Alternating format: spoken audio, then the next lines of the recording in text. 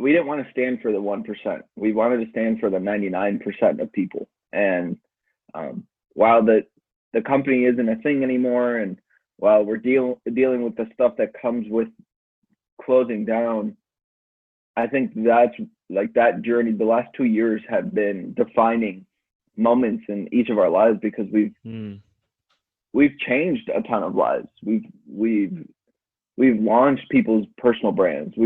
We've launched people's products. We've done these amazing things that we were told that we couldn't. This is about humans dreaming together. About humans supporting each other on our journeys. It's about the science and the art behind making our dream lives a reality. To the students of life, the young and the curious, the dreamers and the doers, to those who crave to be a strong individual and want to be part of something bigger than themselves. Welcome. Welcome. Welcome. Welcome to the Dreamology Podcast. My fellow dreamers, what's going on, everybody? I have to apologize. I have not released episodes for over 2 weeks now, and it's been hard because I have been living the dream. I have been traveling all across the U.S. on Charlie Rocket's Dream Machine tour, and I've really just been trying to be present with where I am. Sometimes it feels like you need to just get off the screens, get off social media, and just be in the world and be with people. And so that's what I've been doing, and I've been piling up amazing stories that I cannot wait to share with you because I'm learning so much.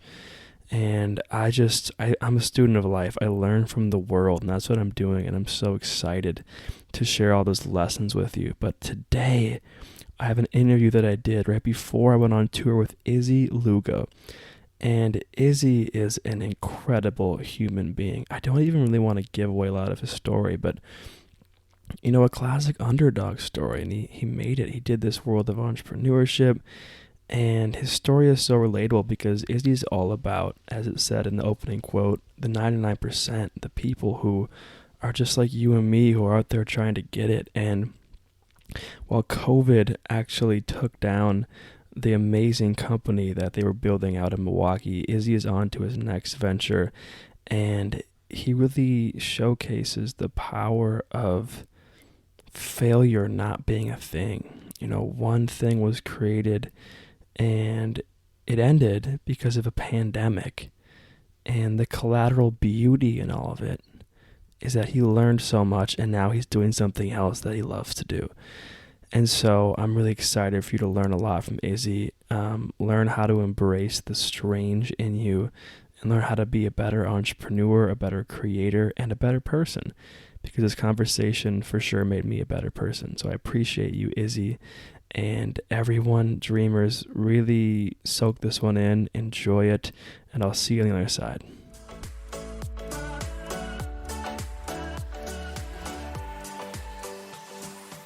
All right, what's going on, my fellow students of life, dream chasers, entrepreneurs out there, people looking to do big things? We are very excited today. We got Izzy Lugo on the show to come talk to us about all things life. Izzy, how you doing, man? What's going on? Thanks for having me. I'm excited. Absolutely, bro. We appreciate you spending some time with us and sharing your wisdom with us, my man. So I'm also sharing my pumpkin cream cold brew that I picked up this morning. So I'm massively excited to get going. Let's go. Well, I like to have the guests kind of intro themselves because sometimes I don't think I do it justice. So my first question is just, who is Izzy Lugo?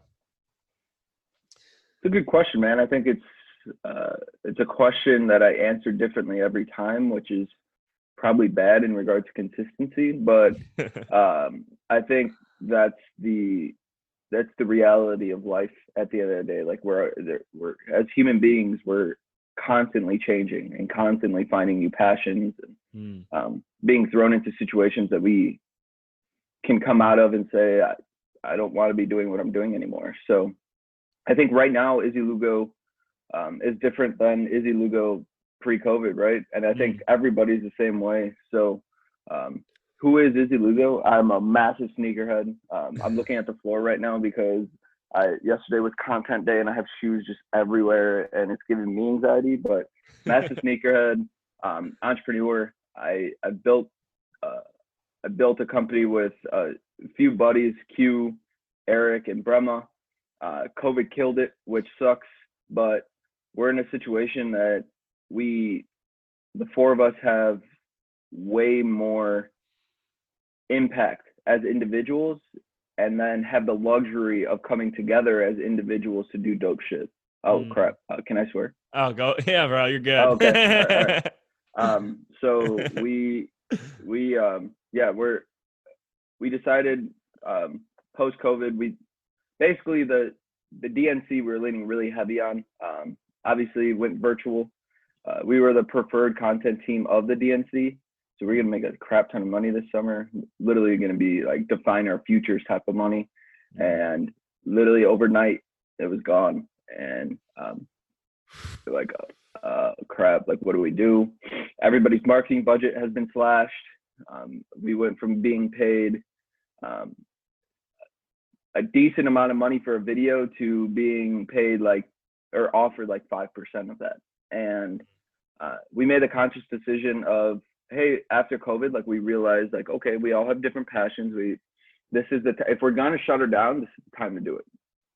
And now we're just, each of us are doing different things. Like we're very involved in the constant narrative of diversity and inclusion, but then also equity at the same time, because that's something that's being left out a lot. I'm consulting a number of startups and sneaker brands and stuff like that. So I think for a quick answer, Izzy Lugo is a creative, an entrepreneur, and someone that's just looking to make a difference. I love it, bro. Yeah, man. 2020's tossed a lot of twists and turns in the journey, man. That's crazy how that all went down for you guys. And I feel like, that's the moment that everyone's so afraid of, right? This idea of starting something and then it ends, and I know that a lot of times in life when chapters end, you get very reflective. And so I was going to wait a bit, but I kind of want to I know it's the top of your mind right now, just this idea of you think about the rise and the fall of urban misfit ventures. And I think people and fall maybe a little bit dramatic, but the ending, the ending. And what do you feel like some big things that just stick out to you as far as lessons learned from that whole experience? Oh gosh, I've been reflecting a ton. There's so many, but number one, I think I've really sat back and realized the power of burning a bridge. And not saying that we burned a ton of bridges or anything like that, but especially in a small town like Milwaukee, it's a big town, but it also has like small town vibes. Right. And they call it Small Walkie for a reason. Like everybody knows everybody. I can go to a coffee shop and everybody at some point has heard my name, and I've probably heard their names. So it's really crazy. So I think number one, especially since you said the demographic on here are college and high school students, we tend to, and trust me, I did it. Like I've walked out of jobs in college just to go party and stuff like that. And that same those bosses that I walked out of are like business leaders here. So I had to like go and say sorry and like, hey, I'm a different person and everything like that. And as college and high school students, we tend to say, oh yeah, it's whatever. Like I'll find another job. I'll find another this. But it's, while you'll be able to find another job, it's the relationship that you're ending. It's the connections that individual has. So number one, I think would be bridge burning. Then the other lessons like are stupid lessons, like hire an accountant early. If you don't know numbers, hire a damn accountant, because like I'm having headaches right now. Not that we did anything wrong, but like trying to clean up the books and make sure everything's good and like make sure taxes are paid and everything like that. And none of us were numbers guys. So hire an accountant. It's so cheap. Looking back at it, I'm like, why didn't I do it? It makes no sense. So hire an accountant. Just get your finances in order. And then like you mentioned before, That's what people are scared of, the fall, in a sense. But I think the coolest thing that we have been able to do with our attitudes was I I laugh about it now. I'm like, damn, that sucks, but like literally it took a global pandemic to take us out. Like that's dope. That's dope in my head. Like I'm thinking like, damn, we were told like 2 years ago that we weren't going to make it, and then 2 years later we're the preferred content team of the DNC, and we're doing all this stuff, and like we're about to have the biggest year yet. We're about to expand into different markets, like start working with big sneaker brands, like stuff like that. And then a pandemic hit, a global pandemic hit, and it's like, damn, I could bask in what could have been, or I could be like, damn, look at what we did, and look at what had to happen for us to not make it.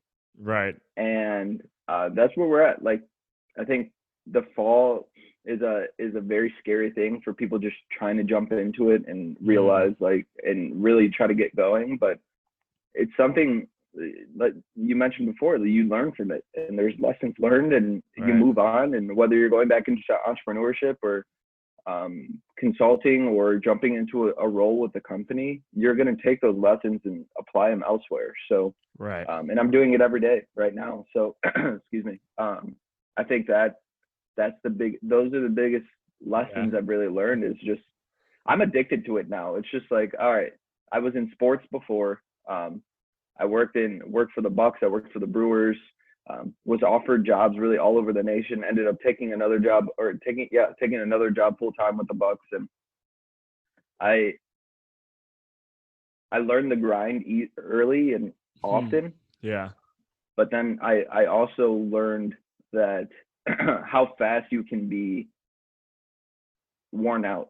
And that's something that if I do start something later on or anything like that, that's something I'm going to focus on, because my mental health, at some point, my girlfriend like sat me down. She's like, "You're not in a good place." And I didn't even realize it, because I was like, "Oh yeah, hustle, grind. And it's like, right, cool. Right. But at some point you got to slow down and make sure you're taking care of yourself. So yeah, a couple lessons learned. No regrets. Yeah. I love just the energy you have about it. You're like, man, it's kind of dope that like we were killing it, and you know what? It took this global pandemic to take us out, and you're right. It's one of those things where it's like, okay, I mean, we really can't sit here and sulk about this, because it's just like, I mean, it's the world, man. It's like, what are you gonna do? Like, it wasn't like you guys like screwed anything up. It was just like, man, this happened after the world's shutting down, and you know what, guys? Like, I think what's cool too is you acknowledge that, and I think this is what I always try to get in people's heads, because it's like, oh, I failed at this so badly. It was just such a waste of time. It's like, no, like all the things you learned on that, all the skills, all the things on the inside, like that's still with you. Like the Izzy Lugo that knows all the stuff you know now, like that's still with you. And so this idea of doing big things and trying and experimenting, and if the company goes up and stays, great. If it changes, like great, but you're never losing what's inside of you. Like that's remaining. And so I feel like you understand that, and I can like feel that energy off of you, which is like, look, I still got these skills, and I still got me. And so like, this isn't like a failed operation. This is just like a next step kind of thing.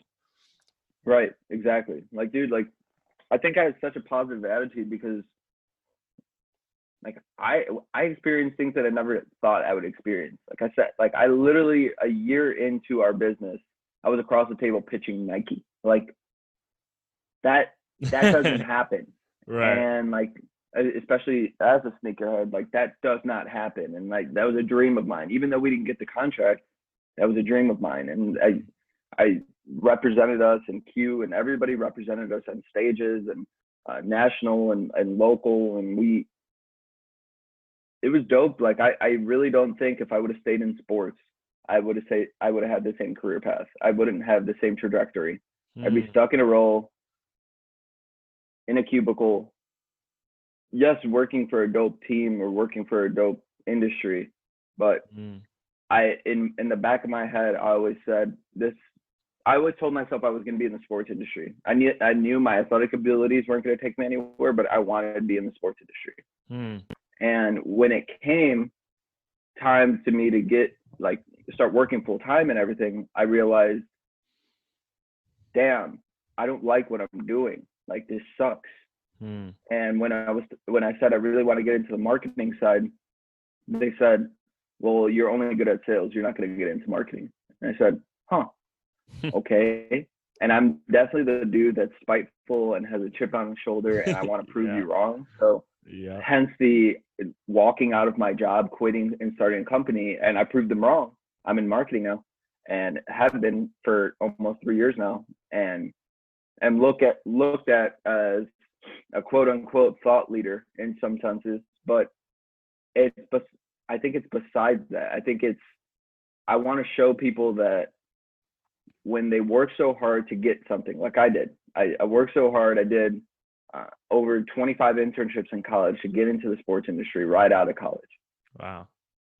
And I want to tell people, when you realize that industry is not good for you, it's not over, because that's how I felt immediately when I realized that the sports industry was not going to be the right role for me. I'm like, what the hell did I work for this entire time? And I immediately started basking in that, instead of looking at, wow, like all these skills are transferable to any industry that I want to take. Yes, I have a sports management degree, but it means so much more. So I think that's what I really want to start educating people on, especially college students. Like, some of the best speaking engagements I ever had was me going into a marketing class and just ripping off college students, because I was in the same bucket. I didn't know what the hell I was doing. The only reason why I did so many internships was I was such a bad student, and I needed to show, like, basically make myself stand out in a different way. Like, I didn't have the 4.0. I didn't have the cum whatever master's degree, nothing like that. And like, I didn't have that. And if you did, great. But the kids that did have that are the ones that are still looking for that first job in sports, because they focus so much on grades, and they didn't focus any time on getting an internship, getting experience. And that's where I feel like college just really has to do a better job, is just showing kids, like, and it's the whole education system as a whole. Like, we're just so, from a young age, get an A, get a B, get an A, get a B, get an A, get a B. But when you get that first C, like when I got that first C, I'll never forget. In 5th grade, I came home to my dad, got a C on my math test. Still haven't been good in math that long. Got a C on my math test. I started crying. My dad's like, why are you crying? And I was like, I'm sorry I didn't get, like, everybody else got an A or B. He's like, you still passed.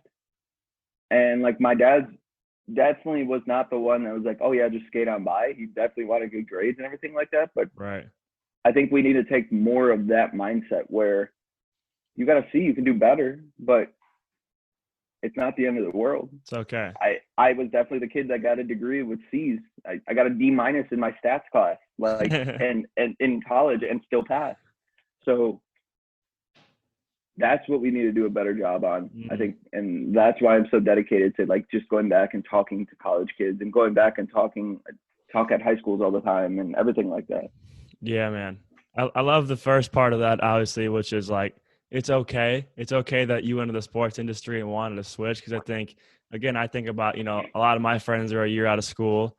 I have a lot of friends who are still in school, and you think about that thing where it's like, I worked 4 or 5 years for this industry. I don't like it, but like, shouldn't I just keep going in it? And I think that's the cool part that you were able to break out of, and like a very powerful lesson. And the second part is, yeah, man, like the education system, like me and you know now, after being in the entrepreneurial world, that like diving into the kind of the failures and the pains, and like, that's actually what ends up teaching you more about life than anything. And this idea of like going through the education system and being very, we'll call it coddled, like, you got to get the A's and B's, and a lot of systems are really setting people up for being able to get like mostly A's and B's. Like, I know in my school, like, it was becoming hard to get a bad grade. Like, they were creating the system. So it was like, you're going to do well, you're going to pass. And then you add in all like the pleasure-based things that can basically stop kids from tapping into like their pain and like their failures. And then when you graduate college or whenever you choose to leave, you know, the education system and life hits you, you're like, oh my gosh, why is life all of a sudden so hard? You're like, well, no, like you just were kind of like, you know, Coddled. just coddled the whole way along. So I totally agree Yeah. with you, man. It's like learning to accept those things sooner is I think really how you start, like being able to tap into those things and accept them, I think is really when the growth journey actually begins. Exactly. I've had this discussion with one of my mentors was my dean of students, and he was definitely the one. He was also a teacher. He was the only class in sports management that was project-based learning. So every grade that we got was based off a project. And while he was required to do some tests and everything like that, it didn't have the same impact as these big projects. And we were doing stuff like creating marketing plans for the Bucks and like all this dope stuff that of course college kids are going to be like, especially in sports management, are going to be all over, right? Right. And we got tours of the arenas and stuff like that, and started thinking about like, hey, what can we put here? And like little things like that, just switching the system like that can change so much. And I know there's some industries that you can't do that in, which is fine, but the industries that you can, why not? Right. Why are we stuck in a classroom every day? And with COVID hitting, like that's going to be the future. Yeah. So why wait at this point? Yeah. Yeah.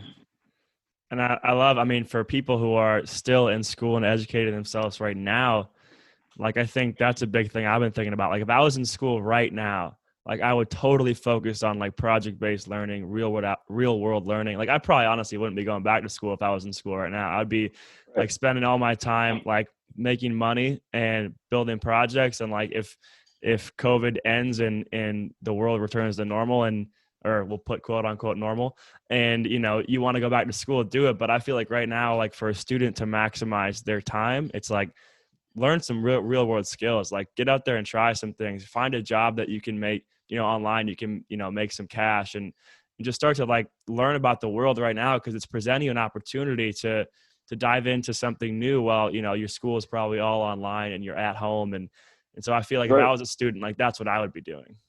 Yeah. I mean, one of my biggest regrets in life, when I was 16, my first job ever was at Toys R Us seasonally, and then I quit because it was terrible. My second job ever that I actually ended up staying with throughout high school was at a Play It Again Sports in my hometown, and worked there even through college, so almost worked there 6 years. Extremely dope owner, like small business and everything like that. And this was when Facebook really started taking off, and he had me run the Facebook profile. So I was doing a little like, hey, we just got this in. It's actually one of the most followed Play It Again Sports Facebook accounts in the nation. And like I was doing social media marketing.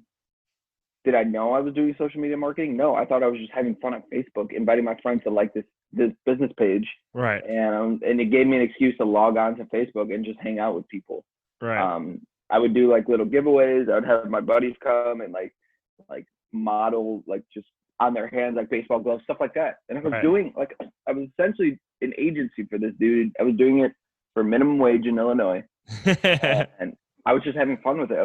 It was better than me just standing, because most of the day, most of the afternoon, it didn't get really busy until after 5 o'clock, but after people got off of work. Right. So that was like most of my early afternoon. And that's one of my biggest regrets was I could have just leaned into that. And if I really would have thought about it, I probably would have been one of the first people to get into social media marketing. But I think we, as college students right now, just need to focus on, okay, what job am I working? How can I make more money off of this job? And I've always thought of that. Like, I Played Against Sports. I was like, okay, we need this, and this. And I set up a deal with the owner. I said, Bob, we need skis. We're running low on skis. If I find skis, can you pay me like 25% more than anybody else? Yes. Cool. So I would get in my at a Jeep, get in my Jeep with my brother, and we would drive around garage sales and like estate sales. And I would find these little things that we needed. He would pay me 25% more. So now I wasn't working for minimum wage. I was working for double minimum wage, and my brother was actually getting a cut of it at the same time.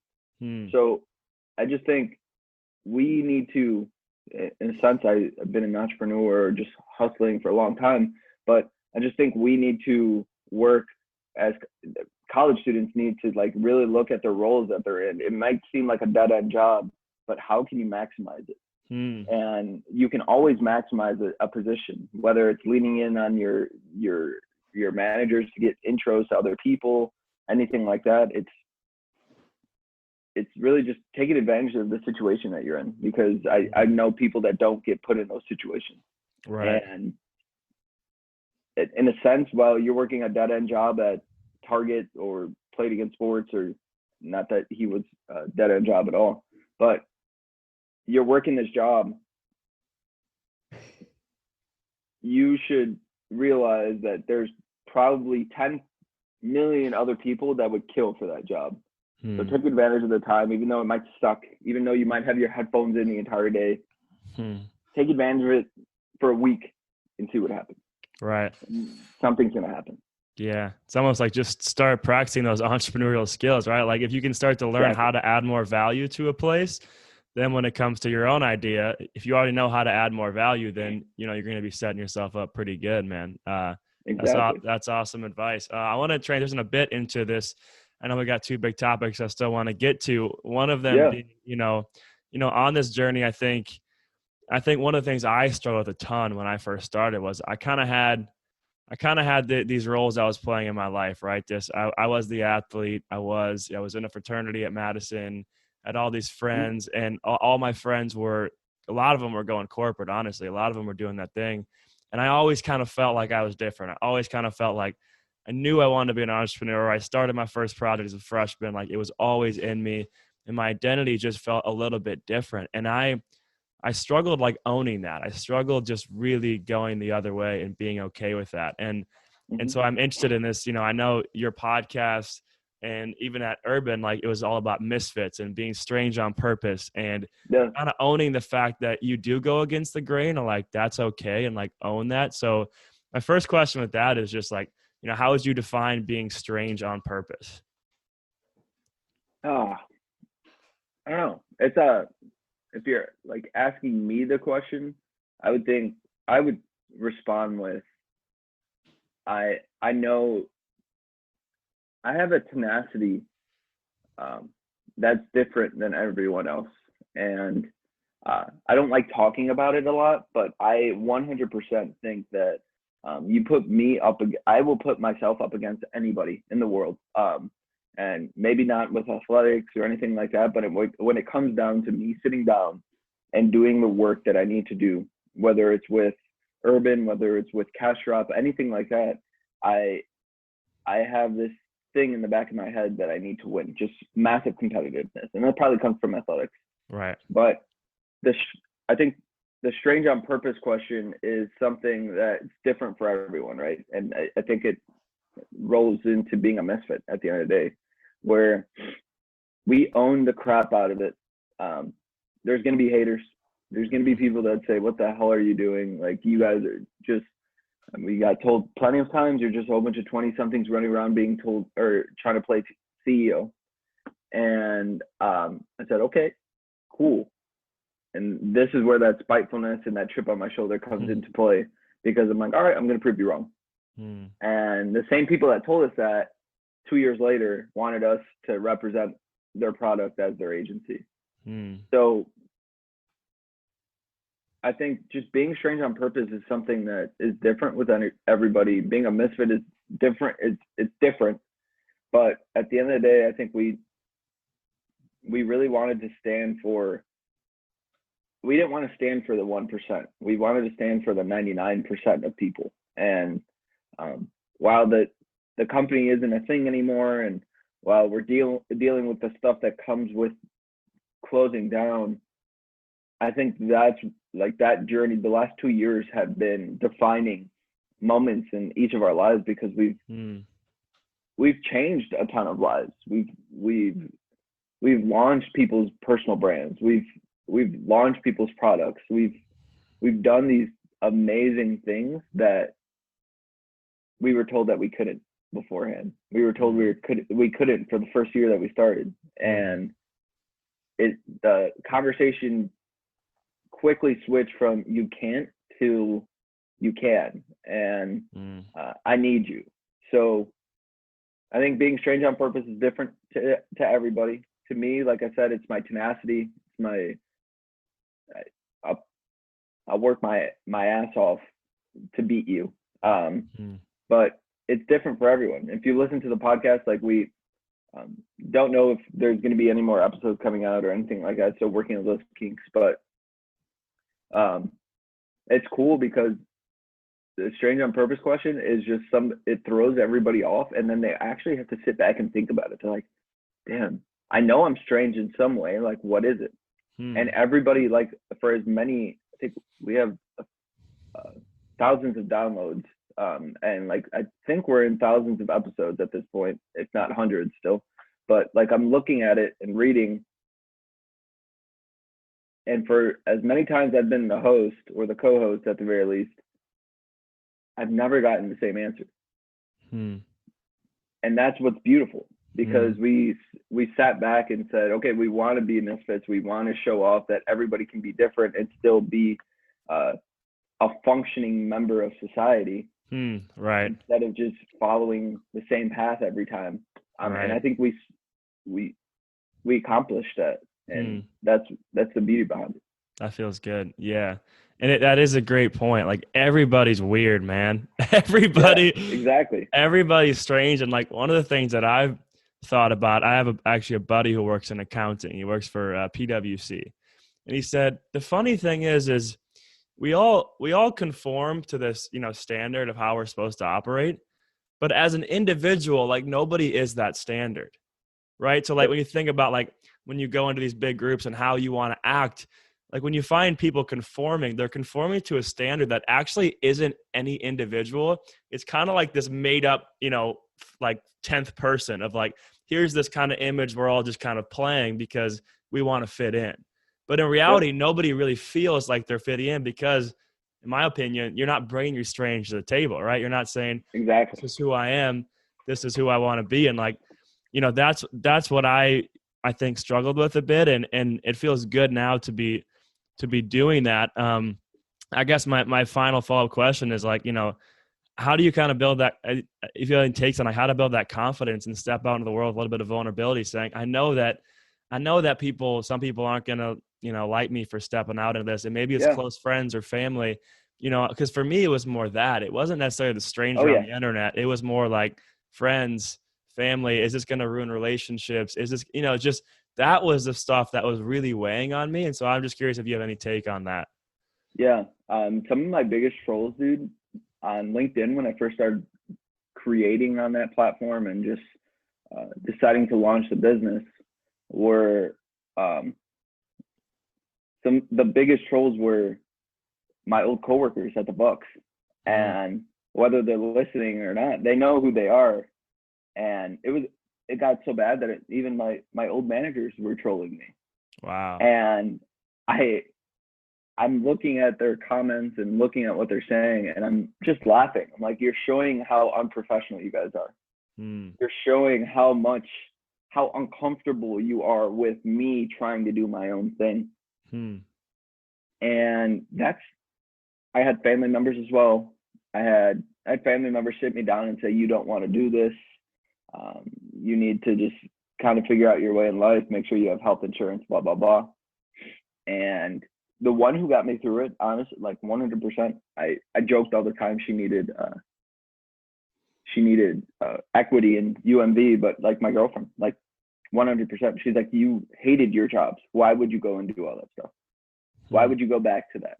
And I think I just needed that little push. So I think and my circle's been tight ever since, very small and tight, and includes family members, friends, but it doesn't probably count in one hand, like who my circle is. And that's all that matters, because when I was trying to make that circle wider, and please everybody, that's where my values and that's where my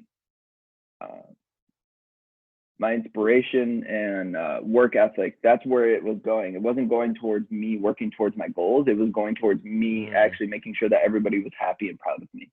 Yeah. And at the end of the day, I have a pretty close family that, I mean, like everybody fights and everything like that. But at some point, I had to make the conscious decision of, do I continue to please these people, or do I go left when everyone's going right because it pleases me, makes me happy, and overall it might be something that could be inspirational for the next generation of cousins, of friends, and everything like that. So right. That's, I think, if I can give anybody that's listening, if I can give any unwarranted advice to, would be when I said it earlier, when everyone goes right, you go left. But CEO of Castrop, Ruben, he says this all the time. He says, be who you needed when you were younger. And I spoiled as hell. I had two great parents, not saying that they weren't there for me or anything like that, but I just want to be that inspirational person to the next generation that pushes them the way that they want to go, not the way that they think society wants them to go. Right.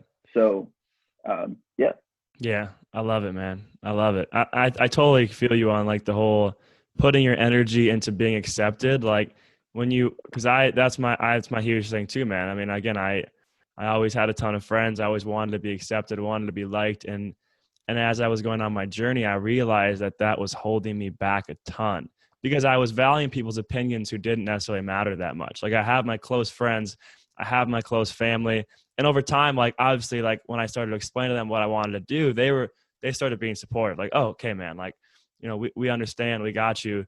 But then it's the extended network where it's like, dude, you being afraid to post something on, you know, LinkedIn because of what your coworker 4 years ago says is holding you back, man. Like it's holding you back. Right. And that manifests in a lot of other ways. And so it's something that I for sure haven't perfected, I think, but I'm more aware of it. I'm saying, okay, I know I'm afraid of this because I'm afraid of what judgment, but I've already thought about this. I know there's an irrational fear. Like we're going to do it anyways. And so it's still there. Yep. It's not solved, but it's just, I choose to act anyways, despite it. So I totally feel that pain and the value of then just focusing on you, right? Just taking all that energy that you're putting out into the world and just directing it back to yourself and saying, okay, how can I just keep being better, keep making my own strange better, right? So I love everything about it, man.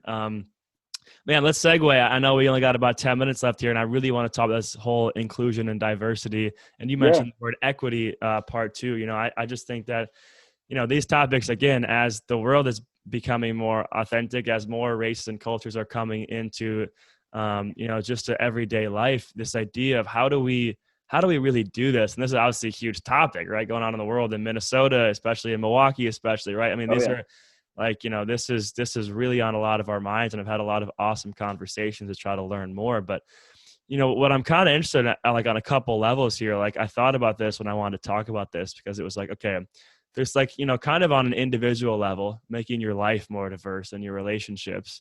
Now there's a company, it's kind of a company level, and then there's kind of like the global level, right? But kind of like, this is on like kind of the individual level. Like if you're thinking about, okay, how do I bring more, you know, just diverse perspective, experiences, races, and, you know, just people into my life? Like, how have you been thinking about it just on an individual level? Individual level, dude, like little backstory. I grew up in Chicago. Parents moved us out to the suburbs. They didn't want us going to school where they went to school. Pretty rough area. So I grew up in the northwest suburb, or spent some time in the northwest suburbs of Chicago. For lack of better terms, predominantly white. I probably count on my hands between me and a few Hispanics and Black guys and girls. And it was weird moving to Milwaukee, to be honest. Like, I had been surrounded by that so long that I felt weird. Like, oh, this is like, I have a bunch of people that look like me as my friends, and that wasn't a thing for the longest time. So on the individual level, I think since we started the company, we were in downtown Milwaukee, at least the offices, and we were definitely an oddball, to the point where our landlord hit us with, "I'm surprised you guys have lasted this long." And I wanted, like, not even to try to spin stuff on her, but like, did she ask any of the other startups in the building the same thing? So, not blatant, honestly, nobody else in that building looks like us. So we decided, I decide every day I want to try to meet a new person a day. It doesn't matter what color you are, it doesn't matter what religion you are, anything like that. But it's simple, and maybe this segues into the business side as well. But it's as simple as just leading with intentionality, like on a personal level and on a business level. It's, you want to surround yourself with dope people. Surround yourself with dope people, but you want to surround yourself with a diverse mix of friends and everything. Like, it's crazy. Looking at my circle is black, brown, white, all over the board. And that's what's cool, because when I sit down and ask for feedback, I get honest, constructive feedback that is different from everyone, because we don't all come from the same area. Right. He was from Minnesota. My other good buddy is from the south side of Chicago, rough area of Chicago. Other buddies from San Diego. Like, we all have different backgrounds, right? Right. And if I'm approaching a situation and I ask them for some advice or anything like that, I know for a fact these three people will give me constructive feedback that aren't going to be the same thing. It might have the same outcome, but it's not going to be the same feedback. Yeah. And that's the beauty behind it. And that's what I want going into any situation. That's what I want to surround myself with. Is I don't want a whole bunch of people telling me yes. I hate that. I hated that when we were sitting in office, or in our office, trying to do storyboards for clients, and that, like, we rolled with the first, like, my first thought. I'm like, no, it's like, I hate that. Someone challenge me. Give me a different storyboard. Right. And I think leading as an individual, leading with intentionality, leading with creating that diverse mix of voices will challenge you to think outside the box at the end of the day. So obviously segues a little bit into business as well, but I think that's what I really try to do. Yeah. It's interesting, right? Because, I mean, obviously there's the perspective of, like, well, you want to do this so you don't come into the world with racist beliefs and racist thoughts and just present yourself in as a way that's, not the kind of person that we want anybody to be in this world. But then, you look at your own life, like you just mentioned a lot of things. It's like, look, personally, you will benefit by hearing from different perspectives. Personally, like, when your ideas are bullshit, like, people can call you on it because you're not surrounded by all people who have the same ideas and thoughts and beliefs. So beyond just being a good citizen and a good human being, there is personal benefits by saying, yeah, I'm surrounding myself with different perspectives and different beliefs and different types of people. And that's going to help me and make me a better person, as well as going to make the world a better place. So it's kind of like this duality that I haven't really thought much about, but I'm looking back on my experiences, like, that makes a ton of sense. Yeah. And I mean, really, dude, like, from the business side, like, the reason why, and we didn't really chat about it, but the reason why I decided to jump on with Cash Drop was we were leading with Ruben's leading with intentionality, and leading with, for lack of better terms, like, tech has been dominated by white guys. Right. That's fine. But can we get a small piece of the pie? And I'm looking at, actually, as head of collaborations, I'm really collaborating with everyone. Want to make sure it's a diverse mix of collaborations, but it's been interesting to hear stories of people in tech. Like one of the guys that we're collaborating with, his name's Michael Garrick, out in the Bay, has a really, really dope product called Fitness Fit, and super dope. And he was formerly of Tesla. And I'm looking at like his background, who was there and everything like that. And he was definitely an oddball. Yeah. And I'm looking at other industries, other tech companies, and we're oddballs. And that shouldn't be the case. Like it should be just, like everybody just walks into a place and we feel just welcome. And I'm not saying he didn't feel welcome. I'm not saying that these people don't feel welcome, but if I walk into, I tell Erin, my girlfriend, all the time, if I walk into even a bar and I see a whole bunch of old white guys at the bar that just stare at me as soon as I walk in, I immediately feel tension in my body.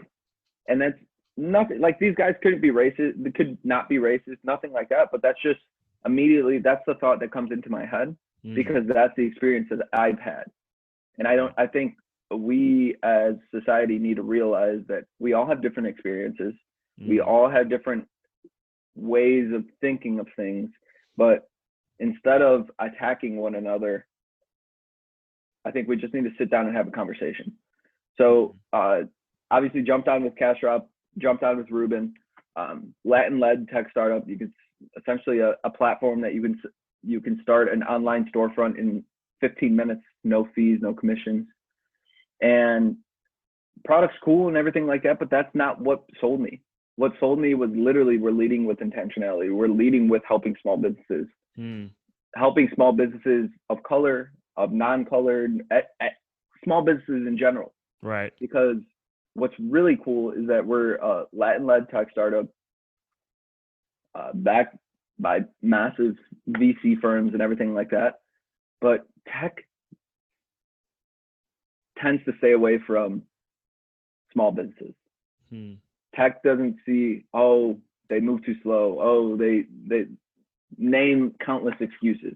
Right. But if you lead, like keep running into the damn word, but if you lead with intentionality and tell these small businesses that we're here for you, we're here to save you money, and we're here to represent you and not be that, like, I mean, at the end of the day, every small business, like we had a conversation last week with a small business, and the dude's like, okay, I sign on, and then how much money you guys are going to take out of my bank account? I'm like, what? And that's the relationship that small businesses have with tech, because everybody's trying to nickel and dime small businesses when they're the lifeblood of the economy. If we nickel and dime and slowly cut that out, and there's a Wendy's, McDonald's, Chick-fil-A on every corner of every street, nothing's going to work. Right.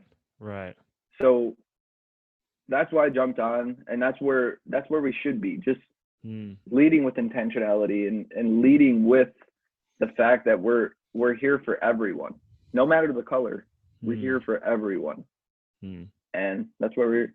Yeah, dude, I'm pumped to see where this future takes you, man. I love that. Obviously, there's just two very deep-rooted purposes there, right? The small business aspect of it, and then the just the diverse intention that the company is going forward with. So, bro, I'm pumped to see, where this takes you in your journey, man. It's going to be fun to see, again, just what happens. And yeah, man, like you said, life's a trip. It's a roller coaster. It's taking you all over the place. And now here you are, and you're still excited. You're still passionate. You're still doing your thing. And so it's good to see, from my shoes, someone who's just been in the journey and the value of just committing to the journey, because here you are, somewhere you probably never thought you would end up right here at this point in time, but you're still going forward saying, we got big goals to chase after. And so I love everything about that, man. Do you got time for a final question? Or you got to bounce right here at 9? No, you're good, man. To be completely honest, I'm good now. I had to enter this raffle for these shoes. They're like my favorite shoes. My bad. Yeah, we're good. We're Gucci. I don't have anything till 10. So we're okay, good. Cool. We can wrap up. Beautiful, brother. Yeah. Beautiful. Cool, man. Well, I want to touch, if we got a couple more minutes, I want to touch on one final topic, because I know we first kind of connected in the social media world a bit. And, obviously everybody, especially Gen Z, wants to be some sort of influencer, YouTuber, TikToker, LinkedIn, and this idea of building a personal brand. And so I kind of have two main questions around that. One is just sort of just what you feel like some of the initial keys are to sort of just building the foundation for that brand and building it well. And the second part, I kind of want to dive into just the staying, mentally happy and strong while you're spending a lot of time on these social media platforms. So I feel like let's start with the first one. Just, what do you feel like, for a lot of people out there who are trying to start a personal brand and grow their ideas like you did, right, around diversity, inclusion, entrepreneurship? What are just some initial keys you feel like that you've seen people succeed with by using, these sort of strategies or ideas? Yeah. I would say number one is consistency. Like, you always got to show up, right? It's tough, like, especially honing in on LinkedIn here, but it's extreme every day. I don't even do it every day at this point through COVID. But when I first got started, I was posting every day. I was constantly engaging with people. I was constantly doing all this stuff. And this relates back to the mental health thing. So I'll touch briefly on that. But there comes a point in time where you need to focus on yourself. And I felt like whenever I got home from work, I was still working, and there was no downtime, which is fine. You're an entrepreneur, everything like that. But there came a point in time that I needed downtime, like literally throw this under a pillow and leave it alone for a couple hours type of downtime. Right. And I would strongly suggest to just make sure that you're using your time wisely, I guess, in a sense. Consistency would be number one. I think to develop a niche is very hard when you first start, but if you can, that'd be great. Because then you're catering to the audience you want to cater to immediately.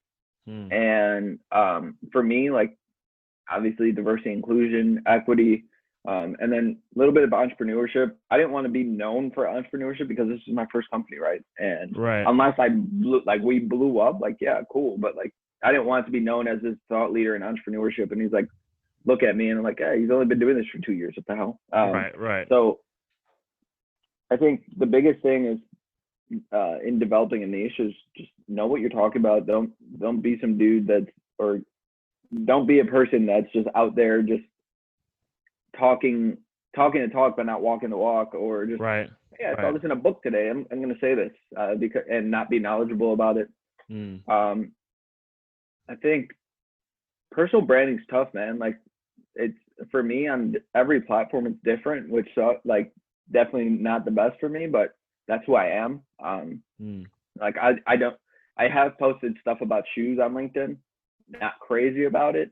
But if you go to my Instagram, nothing but shoes. If you go to my TikTok, nothing but shoes.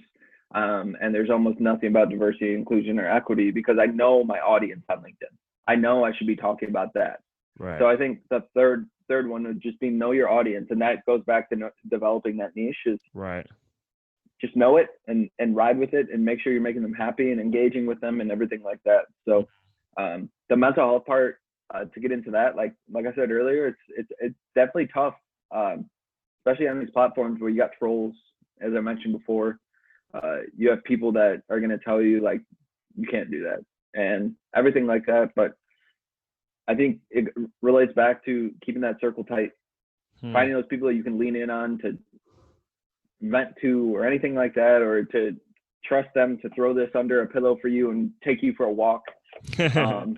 Because at the end of the day, if you're glued to this thing and constantly being affected by comments and everything like that, you're not going to make it. Right. And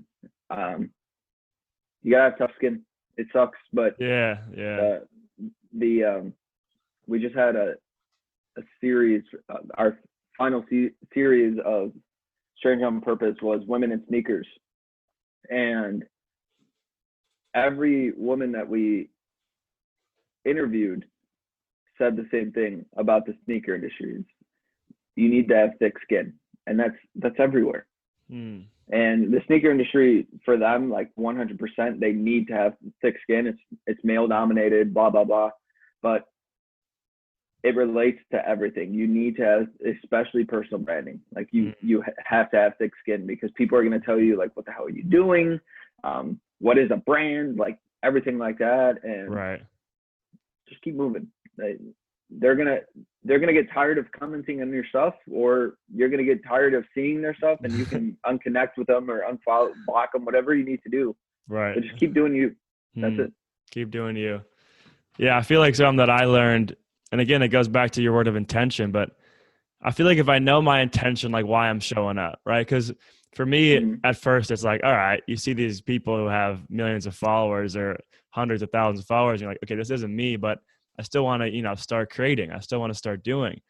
And a big thing that helped me like mentally on my journey, I feel like, was just leading with the intention of like, okay, my goal every day is to create a piece of content that's going to truly help someone. And so if that's what I'm going in with, it doesn't matter what else happens. It doesn't matter if someone hates it.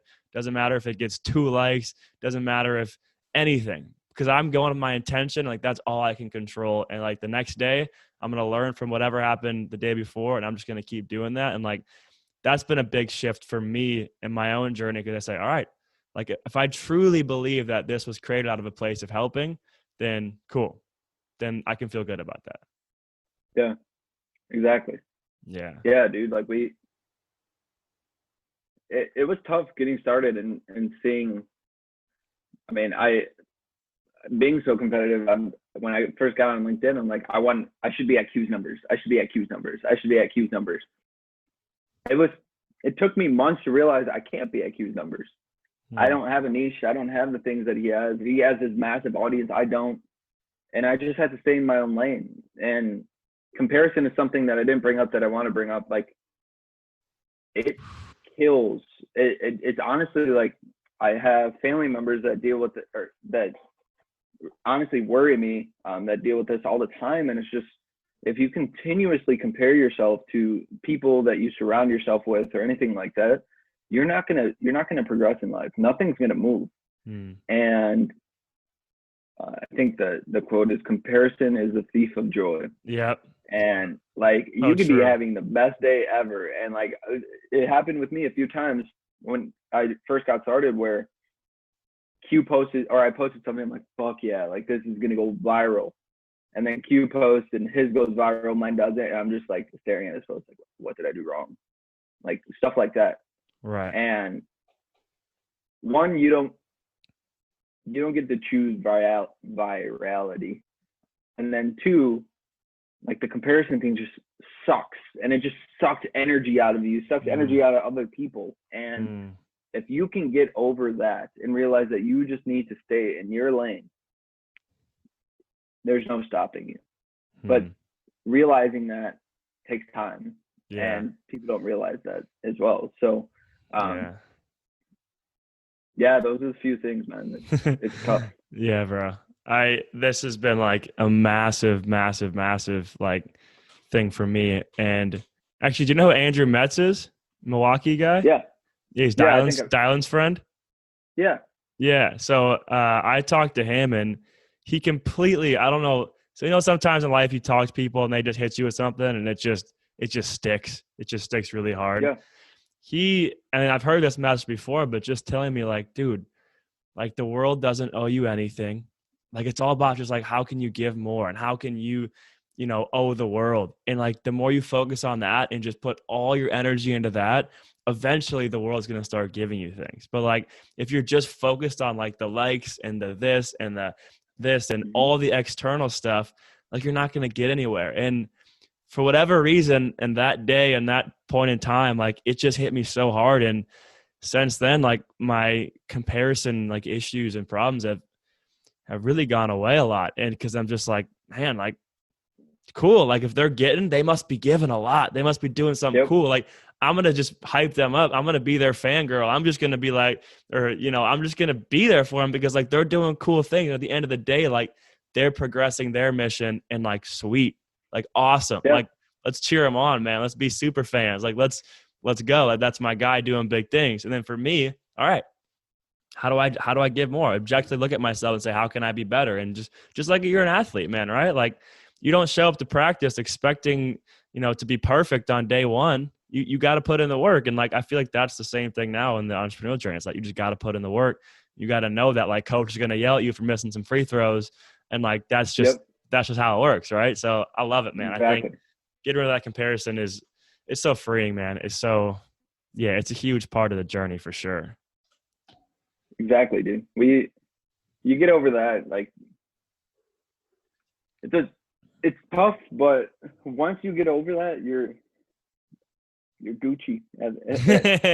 There's no other way to put it. You're Gucci. Like if you don't have to realize, you don't have to worry about other people, or you don't have to worry about the comparison side, you're chilling. Yeah, bro. Yeah.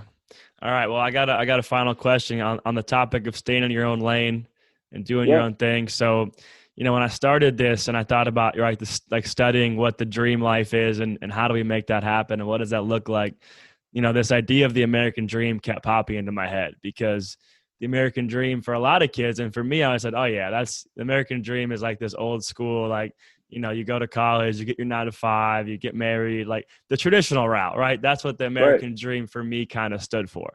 But I was interested. I was like, well, what is it actually like? What was it supposed to be? What was the original definition of it?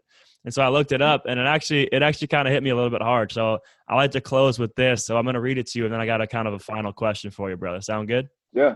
Yeah. All right. So the American dream is the belief that anyone, regardless of where they were born or what class they were born into, can attain their own version of success.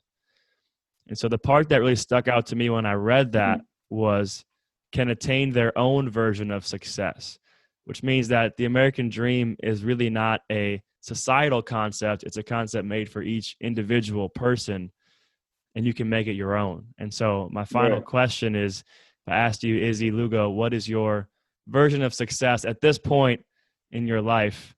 What do you feel like you would say? Good question. Good way to frame it too. I like that. I think I wouldn't even say just right now. I would say just hopefully this doesn't change over time, but I really think that my version of success goes back to the leading with intentionality, being able to impact generations of entrepreneurs, to show them that, hey, this is a thing that you can do, no matter your color, no matter your money situation, nothing. You have a phone, you can get started. And that's what my own version of success is. It's not honestly, like I always argued the point of everybody, like when you think of the American dream, a lot of people say that, oh, the house in the suburbs, the dog, the white picket fence. I don't see that. That's not my dream. And I truly think that if I'm impacting other people on an everyday basis, really helping other people on an everyday basis and inspiring people on an everyday basis, that's success. Money comes, money goes, but like if I'm helping people, that's way, way more valuable than any money that I might make over time. Yeah. That's the dream, bro. That's the dream. I love it, man. Well, hey, man, Dude, I appreciate you, man. This was awesome to be able to formally sit down, chop it up, talk life. And, I'm just grateful for these opportunities to talk with cool people about cool things, man. So this means a lot to me. I appreciate you, man. And yeah, man, thank you. I can't wait to see where your journey takes you, bro. Yeah, I appreciate you, dude. We'll definitely stay in contact.